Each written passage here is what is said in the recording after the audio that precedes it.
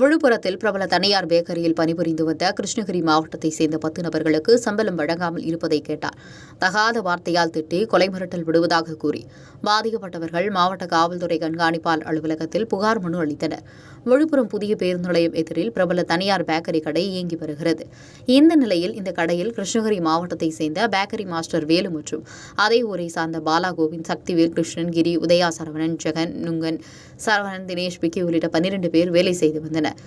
கடந்த 10 மாத ஊதியத்தில் அனைவருக்கும் சம்பள பணம் தராமல் பாக்கி வைத்தனர். மேலும் திருப்பி கேட்டால் பேக்கரி உரிமையாளர் சுப்புராமன் மற்றும் மேலாளர் அரி ஆகியோர் தகாத வார்த்தையால் திட்டி கொலை மிரட்டல் விடுத்துள்ளதாகவும், தங்களுக்கு வேலை செய்த கூலி கிட்டத்தட்ட ஒவ்வொரு நபருக்கும் 30,000 50,000 வரை பாக்கி உள்ளதாகவும், அதை பெற்றுத்தர வேண்டும் என்றும் அவர்கள் அந்த மனுவில் தெரிவித்திருந்தனர்.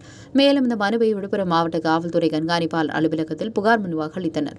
உங்கள் பகுதியில் உடனுக்குடன் முக்கிய செய்திகள் உங்கள் பெற நுனியில் காண எங்கள் தவசி நியூஸ் 24 சேனலை காண தவறாதீர்கள். உங்கள் விழுப்புரம் மாவட்ட செய்தியால் ஆர். வசந்தகுமாருடன் உங்கள் தவசி ரமேஷ்.